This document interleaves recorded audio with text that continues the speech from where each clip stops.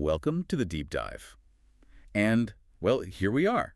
This is it. The final installment of our series for you, The Novice Referee. The end of the road, for now. It's been quite a journey through the USA Hockey Rulebook. It really has. We spent weeks on positioning, on signals, all the on-ice stuff. But today, our focus shifts completely. We're talking about the really critical work that starts after that final buzzer sounds. That's right. You could call it the referee's extended shift. The mission today is to really get a handle on your role as the initiator of the disciplinary process. Right. You're not the one handing out the big punishments. No, not at all. You're the one gathering the objective evidence, the facts. And that process, that report, is what protects the players, protects your fellow officials, and at the end of the day, it upholds the integrity of the game itself. And that's a concept every official listening really needs to absorb. The penalties you call during the game, a minor, a major, even a misconduct, they're totally separate from the serious stuff. Completely distinct from things like multi-game suspensions or hearings that the league imposes after the fact. Exactly. You don't hand out suspensions, but the facts you capture in your report. That's pretty much the only evidence the governing body has to work with. Your power in these situations isn't in the whistle. It's in the accuracy and the integrity of your pen or your keyboard these days.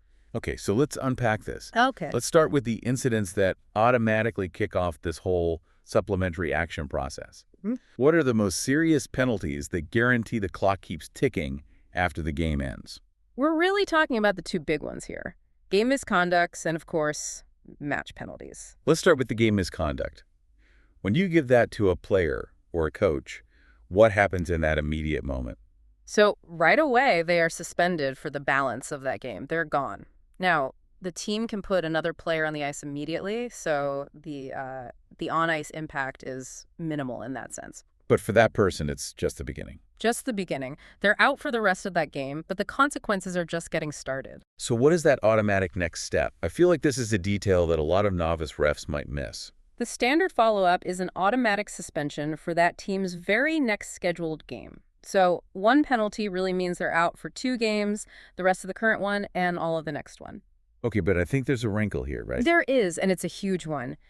If that game misconduct was given because the player picked up their second major penalty in the same game, Okay. then that automatic suspension escalates. It's now a minimum of a 2-game suspension following the current game. So it doubles. That's a massive difference, and it all hinges on you knowing why you assessed that game misconduct in the first place. It's critical for proper enforcement. And just for the record keepers out there, a game misconduct always carries a 10-minute statistical penalty against the player's record. It doesn't matter when you call it. The 10 minutes is a note, but the suspension is the real punch. Exactly. Now, if a game misconduct is serious, a match penalty is, it's immediate severity. When you assess a match penalty, that player or official is gone, immediately removed for the balance of the game. And the team is shorthanded. They are. A 5-minute time penalty is assessed to the team. This is the moment where the incident, it jumps out of your hands and straight into the hands of the league. It's automatic referral. Absolutely. A match penalty results in an automatic, immediate disciplinary review by the proper authorities.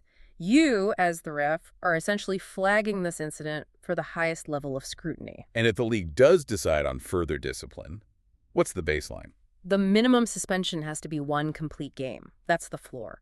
And the source material gives us an idea of just how high the ceiling can be. We're not just talking about missing the next town league game. Not at all.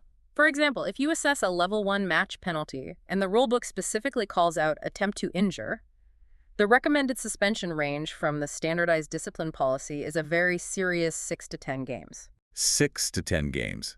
That shows how much weight your call on the ice carries. It's the highest red flag you can possibly throw. And what's fascinating here, and so important for a ref to understand, is that you are not deciding if it's 6 games or 10. You're not the judge. You're not. You are simply providing the unassailable factual evidence, the report, that allows the governing body to make that decision. You are the impartial witness whose testimony basically determines the fate of the case. So we've got these major penalties that trigger the system. But the trigger doesn't mean much if the follow-through isn't there. So let's talk about the reporting itself. What incidents must be reported and how quickly? Timeliness is the absolute non-negotiable factor here. Reporting is mandatory for all game misconducts, all match penalties, and this is key also for major penalties that fall under that aggressive infraction category. Things like spearing or butt ending. Exactly. So the net is actually a bit wider than just those two biggest penalties. Okay, so give us the hard timeline. What's the deadline?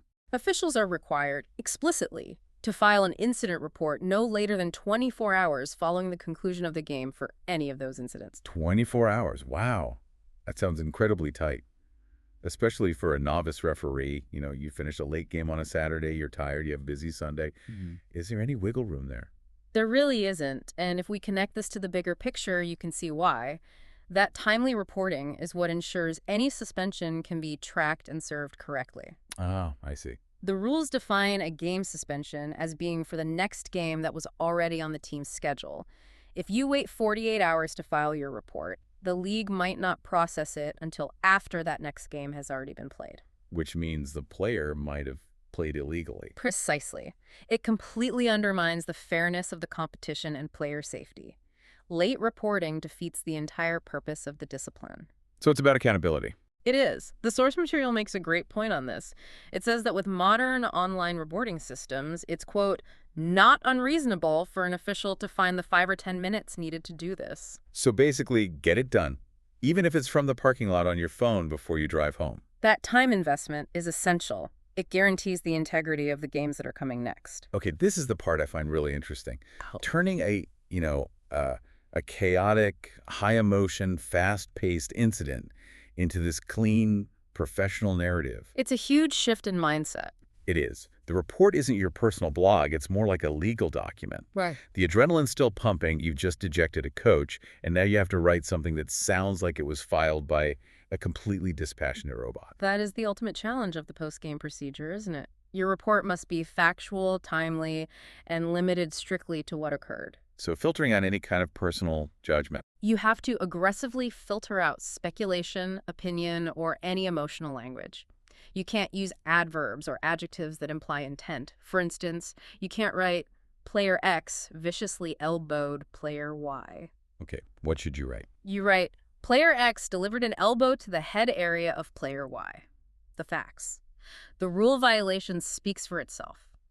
So you have to avoid phrases like, clearly the player was frustrated, or I think he was trying to send a message. Correct. You stick only to the observed action, the rule you cited, and the penalty you assessed. The goal is to provide a comprehensive, objective timeline. Like a checklist. Think of it exactly like a checklist for the league office. Yeah. You need the date and location, the level of play, which is crucial for tracking the names and numbers of everyone involved, the specific rule numbers and the penalties assessed, and then a concise, declarative description of what happened. Let's talk about integrity here, especially in situations where maybe you didn't see every single detail yourself.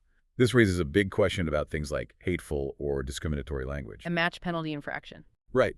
But what if you, the official, didn't actually hear it? What if a player or a coach comes to you and reports it? This is such a vital ethical moment for any official. If an incident was reported to you, but you did not hear it yourself, you are still required to take action. You cannot just ignore the allegation. So what's the procedure? The rules are very clear. You must notify the head coaches of both teams about what was alleged. And then you submit an incident report that outlines exactly what was reported to you and who reported it. So you're not confirming the language was used. You're reporting that a report was made to you. Exactly. You preserve your own integrity as a direct witness, but you ensure the proper authorities are alerted and can launch an investigation. And that match penalty for hateful or discriminatory language, it sends a powerful message. The authorities have a lot of leeway to impose serious suspensions or require hearings for any violation of that rule. The spirit of the rule is absolute. That behavior is reprehensible, and your report is the critical first step in upholding that standard of respect, even if you are only documenting an allegation you received secondhand. Okay, so the enforcement is done, the report is filed, hopefully within that 24-hour window, but your responsibility doesn't just end when you untie your skates. Not by a long shot. We have to talk about the professional conduct that extends beyond the ice. This is what we're calling the referee's extended shift. And your guide here is the Game Official's Code of Conduct. It's your ethical framework, and it governs your behavior on and off the ice. It says you must act in a professional and businesslike manner at all times. which includes keeping your own emotions in check. Firmly in check. You make your calls with quiet confidence, never with arrogance, and you maintain a zero-tolerance attitude toward any verbal or physical abuse. And the code also advises you not to get drawn into any post-game drama, right? It does. A key rule for professional separation is very simple. Never openly criticize a coach, a player, or another official. Ever. So if a coach tracks you down in the parking lot to argue that match penalty, Your professional duty is to disengage immediately.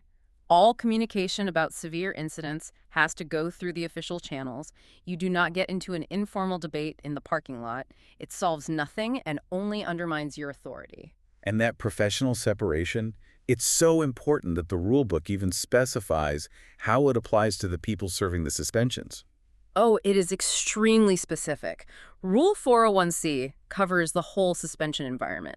It says a player or team official serving a suspension is prohibited from having any interaction, involvement, or communication with the team. Any communication, so no texts, no calls. The rule says in person, electronically, or otherwise, it's a total blackout. But it goes even further. They are not allowed to be in the locker room or even near the team bench starting 45 minutes before the game. 45 minutes before. And it extends until 30 minutes after the game concludes. Wow.